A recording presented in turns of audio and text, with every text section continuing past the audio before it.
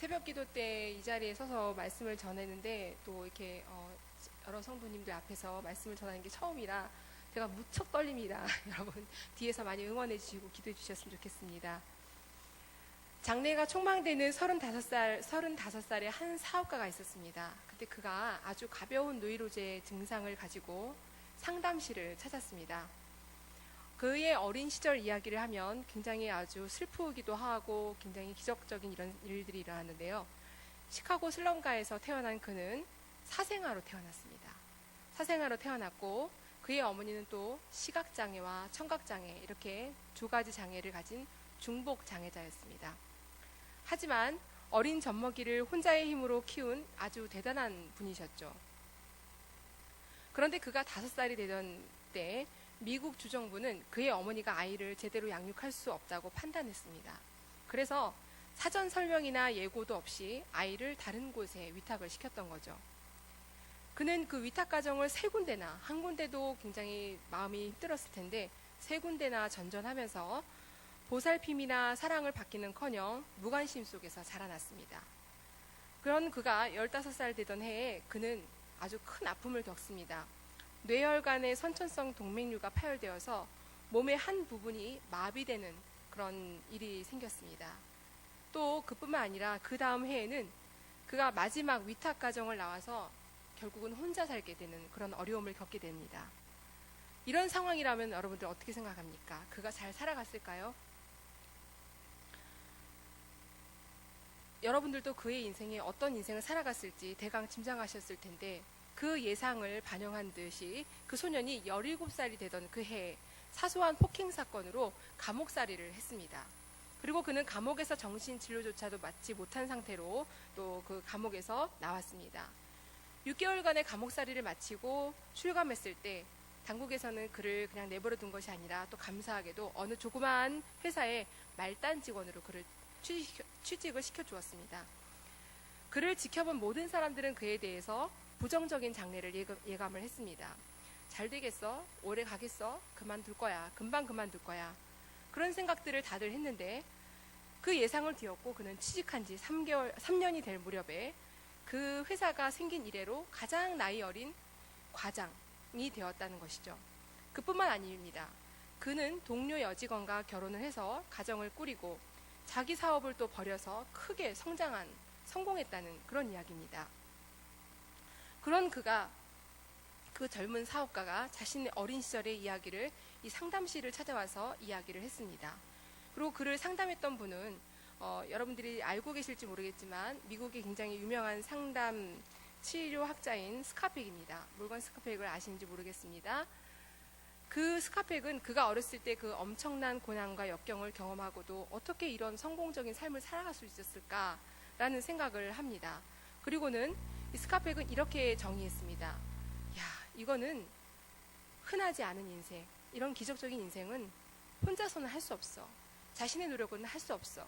이것은 바로 은혜야. 이거는 은혜라는 겁니다. 은혜라고 정의를 했던 것이죠. 그런데 우리가 일반적으로 이런 은혜를 다들 경험을 하셨을 것인데 우리 자신이 의식하고 있는 가운데 또는 전혀 의식하지 못한 채로 이 은혜를 받고 또는 잊어버리고 살아갈 때가 많다는 것입니다. 우리 가운데서도 얼마나 많은 은혜가 있었는지 모를 것입니다. 그런데 어떻습니까? 그 은혜를 항상 기억하고 살아가십니까? 많이 잊어버리시죠. 스카펙은 우리가 그 은혜를 잘 기억하지 못할 뿐만 아니라 또 그것을 잘 모르고 지나갈 때가 많다고 이야기를 합니다. 우리가 은혜를 받았다 혹은 은혜 가운데 산다라고 이야기는 합니다. 그런데 이러한 감정이 지속적이지 않는다는 것이 가장 문제인데 은혜가 떨어질 때 가장 먼저 나타나는 현상은 바로 은혜를 알기 이전 그 우리 육체가 가장 편한 상태, 그 익숙한 상태로 돌아가고 싶어 한다는 것입니다. 그것이 바로 그 은혜 가운데 사는 것을 잘 잊어버리고 살아간다는 것이죠. 이것은 어떤 글입니다. 페이스북에 어떤 전도사가 올린 글인데요. 한번 읽어보겠습니다. 지난 날을 돌아보니 내가 외로울 때마다 늘 내 곁에 있어주던 당신. 당신 없이 내가 살 수 있었을까? 이스라엘 백성에게 낮에는 구름 기둥이, 밤에는 불 기둥이 있었던 있었듯이 나에게도 동일하게 다가와 주셨던 당신을 떠난 지금 가끔씩 생각납니다. 나도 한땐 좋았었는데 그대 이름 이젠 입에 담기도 어색하지만 다시 한번 부르짖어 봅니다. 그리운 이름이여. 그대 이름은 담배. 웃기시죠? 잠이 확 달아나시죠? 이 시간 잠이 막 쏟아지는 시간이라 잠을 깨기 위해서 한번 시 한 편을 준비해 봤습니다. 재미나기도 하지만 굉장히 씁쓸한 그런 시죠. 이 글을 쓴 사람은 바로 전도사입니다. 이 시를 읽으면서 오늘 출애굽 여정에 있는 이스라엘 백성 혹은 우리의 신앙생활과 비슷하지 않은가라는 생각을 해봅니다. 오늘 본문에서는 홍해에서 승리를 맛보고 이스라엘 백성을 뒤쫓아오던 애국 군사들이 다 홍해에 잠긴 후 승리의 노래를 막 불렀습니다. 미리암의 노래가 나옵니다. 또 누구의 노래가 나왔습니까? 모세의 찬양이 막 나왔습니다. 이 노래를 부른 지 단 사흘이었습니다. 사흘 만에 그들이 도착한 수르 광야, 그곳에서는 그전 홍해에서 느꼈던 행복한 감정들을 지속시키지 못했다는 데 문제가 발생한 것입니다. 그도 그럴 것이 그들이 사흘길을 갔지만 너무 목이 말랐습니다. 그리고 그들이 도착한 그곳은 물이 없는 지역이었습니다. 여기에서 사흘길이란 이스라엘 백성들이 출애굽 여정에서 자신들이 가지고 온 그 물이 다 떨어질 때가 됐다는 것을 의미합니다. 광야에 찌는 듯한 더위와 싸워야 했고 모래 폭풍이 그들을 위협하는 가운데 사흘길을 걸어갔지만 그들은 물을 만날 수 없었습니다. 수르라는 말은 바위를 뜻합니다. 그들이 홍해를 하나님의 기적으로 건너갔지만 수르라는 곳은 바위를 걷는 것과 같이 굉장히 힘들었다라는 의미를 담고 있습니다. 이 수르의 과정은 이스라엘 백성이 의지하던 것을 다 바닥나게 하게 하시고 비우게 하시는 그런 과정과 같습니다. 하나님은 우리로 하여금 수르의 과정을 지나가게 하시는 경우가 있습니다. 이곳에 계신 분들도 그런 수르의 과정을 반드시 경험했을 줄 믿습니다. 여러분 어땠습니까? 그 과정이 쉬웠습니까? 굉장히 힘들고 외롭고 굉장히 어려웠을 것입니다. 그러나 이런 과정을 통해서 하나님께서는 우리에게 무엇을 원하실까요? 온전히 우리가 하나님만을 의지하는 것을 배우게 하신다는 것이죠. 어떤 사람들에게는 물질을 비우게 하십니다. 물질은 우상이 될 수 있기 때문입니다. 또 어떤 이들은 건강을 비우십니다. 건강을 잃고 나서야 하나님을 의지하기 때문입니다. 우리가 이렇게 의지하던 육체가 얼마나 연약한 것인지를 깨달아 알 수 있기 때문이 그렇습니다. 또 어떤 이들에게는 그 많던 능력, 가지고 있는 지혜, 지식 이런 것들을 잃게 하시는 경우도 있습니다. 뿐만 아니라 명예도 잃게 하시는 것이죠. 환경을 거두어가는 경우도 있습니다. 왜 그렇습니까? 그 모든 것들, 지식, 지혜, 환경, 육체, 건강, 모든 것들, 물질, 이 모든 것들이 그들에겐 우상이 될 수 있기 때문에 그렇습니다. 23절을 잠깐 보시겠습니다. 같이 함께 읽어보겠습니다. 시작. 마라에 이르렀더니 그곳 물이 써서 마시지 못하겠으므로 그 이름을 마라라고 하였더라. 23절을 보면 마라에 도착했지만 그곳의 물은 써서 마시지 못하는 고통의 경험을 안겨다 줍니다. 지금도 그 우물이 있습니다. 그 물은 아윤무사라고 하는데 모세의 우물이라고 부른다고 합니다. 제가 작년에 있었던 교회에서 열린 강좌를 통해서 제가 이 모세의 우물을 함께 본 적이 있습니다. 그 모세의 우물은 그 옆에는 종려나무가 있고 또 그 모세의 우물이 있는데 그 우물에는 지금도 이렇게 있긴 하지만 그 물을 마실 수가 없어요. 지금 우리가 우물에 가면은 이렇게 그냥 시골에 가면 우물이 있지만 그거 물을 사용하지 못하는 우물이 많잖아요. 그런 것처럼 이렇게 덮어 있습니다. 뚜껑이. 그와 마찬가지로 이 물은 모세의 우물이라고 부르기도 하고 또 이 물은 바다에서 가까운 곳에 있어서 아주 쓰고 짜서 마실 수가 없다고 합니다. 그런데 성경에서는 이 마라 앞에서 반응이 두 가지가 나타납니다. 첫 번째 반응은 무엇이냐면 무엇일까요? 바로 원망입니다. 이스라엘 백성은 원망하기 시작했습니다. 어떤 원망을 했습니까? 물이 없다고 원망을 하고 있었죠. 불평과 원망으로 가득했습니다. 또 하나의 반응은 무엇입니까? 바로 기도입니다. 원망하는 이스라엘 백성 때문에 그 모세는 그 옆에서 부르짖어서 기도를 하기 시작합니다. 백성들은 원망했고 이들을 이끌었던 모세는 기도한 것입니다. 모세인들 이 상황 속에서 원망한 마음이 없었겠습니까? 본인도 얼마나 원망스러웠겠습니까? 그들을 이끌고 왔는데 하나님만 믿고 가자라고 이끌고 왔는데 당장 목이 마른데도 불구하고 마실 물이 없으니 얼마나 원망스러웠겠습니까? 그러나 모세는 그 앞에서 아무 소리 없이 기도만 합니다. 그런데 이 원망은 상황을 변화시키지 못했다는 것입니다. 문제를 해결하지 못하지만 기도는 상황을 변화시키고 문제를 해결하게 한다는 것이죠. 기도는 무엇이 문제인지 그리고 이 문제를 어떻게 해결해야 하는 건지를 가르쳐 줍니다. 누구를 통해서요? 바로 성령님 통해서 말씀입니다. 그저 기도한다는 것이 이렇게 해달라 저렇게 해달라 간구하는 것, 그것에서 지나지 않습니다. 앞에 놓여 있는 상황과 갈등, 그리고 이 문제를 어떻게 해결해야 할지 하나님께 물어보는 것이 바로 기도이라는 것입니다. 그러면 그 지혜의 근본이신 하나님은 성령님을 통해서 우리에게 그 지혜의 사인을 주십니다. 계시를 말씀해 주신다는 것이죠. 기도하고 난 후에는 떠오르는 생각, 경험하게 하는 환경, 이 모든 것은 이때까지 알지 못했던 것, 보여지지 못했던 것, 생각하지 못했던 것, 이 모든 것들을 기도를 통해서 가르쳐 주신다는 것입니다. 바로 이것이 하나님의 은혜입니다. 우리가 아까 금방 우리 전도사님을 통해서 같이 찬양을 했을 때 뭘 부르셨나요? 마지막으로 뭘 부르셨나요? 하나님의 은혜를 찬양하셨죠.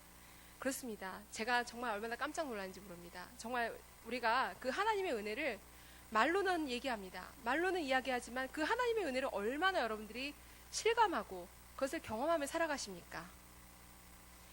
25절입니다. 기도를 마친 후에 모세가 어떻게 하는지 한번 우리가 볼까요? 25절 함께 같이 읽어보겠습니다.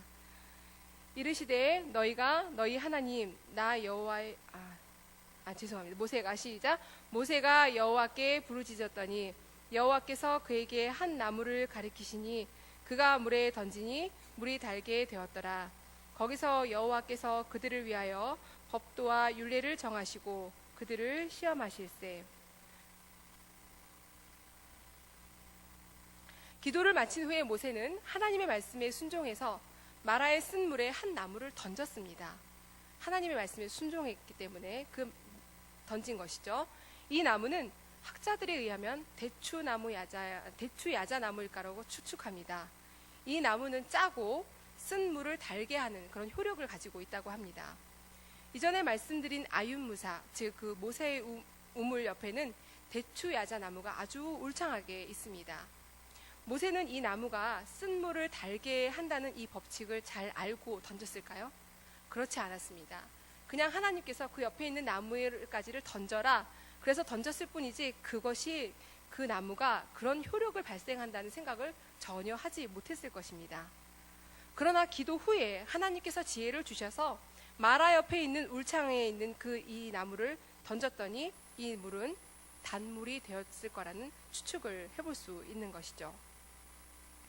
마라에서 얼마 되지 않는 곳에서 준비된 하나님의 은혜를 발견하게 된 것입니다. 엘림은 마라와는 달리 샘물 12개와 종려나무 70주가 있는 비옥한 오아시스입니다. 이것은 완전수인 70이 상징하듯이 이스라엘 백성에게는 완전한 휴식처와 안식처를 의미한다고 볼 수 있습니다. 수르 광야에서 물이 없어서 헤매던 이스라엘 백성들에게 충분히 쉬고 기운을 회복할 수 있는 오아시스를 하나님께서는 준비하셨던 것입니다. 이스라엘 백성들은 엘림에 도착하여서 그제서야 하나님께서 자신들을 위해서 준비하신 오아시스라는 것을 비로소 알게 됩니다. 따라서 이곳은 우연히 이스라엘 백성이 도달한 그곳이 아니라 하나님께서 이미 예비하시고 섭리하신 그런 곳에 인도된 곳입니다. 이 엘림은 하나님을 원망하는 자리에서는 전혀 볼 수가 없는 그런 은혜였습니다. 그리고 우연히 발생한 기적도 사건도 아닙니다. 이미 하나님께서는 이 모든 것들을 이 백성들을 위해서 준비하셨던 것입니다. 그러나 이스라엘은 이 은혜를 경험하기 전에 보이지 않으니까 그 시험의 무대에서 여전히 불평과 불만, 원망의 소리만 높였기 때문에 하나님께서 준비하셨던 그 은혜를 발견하지 못했던 것이죠. 이제 이스라엘은 하나님께서 예비하신 그 은혜의 마당에 들어왔습니다. 그리고 마라의 쓴물을 경험하고 나서야 그 엘림의 은혜는 더 큰 감격으로 다가왔습니다. 바로 이것이 보이지는 않지만 우리에게 준비된 은혜라는 것입니다. 말씀을 맺으려고 합니다. 여러분, 오늘 말씀을 통해서 우리가 반드시 기억해야 할 것이 있습니다. 엘림의 은혜는 반드시 마라를 통해서만 도달할 수 있다는 것입니다. 그 마라는 어떤 물이었습니까? 쓴물이었습니다. 고통스러웠습니다. 힘들었습니다. 경험하기엔 너무나도 고통스러운 그런 경험이었습니다. 그리고 그렇지만 그 앞에서는 할 수 있는 것은 뭐밖에 없습니까? 원망의 소리가 아닌 기도밖에 없다는 것입니다. 기도를 해도 아직 엘림이 나타나지 않을 수도 있습니다.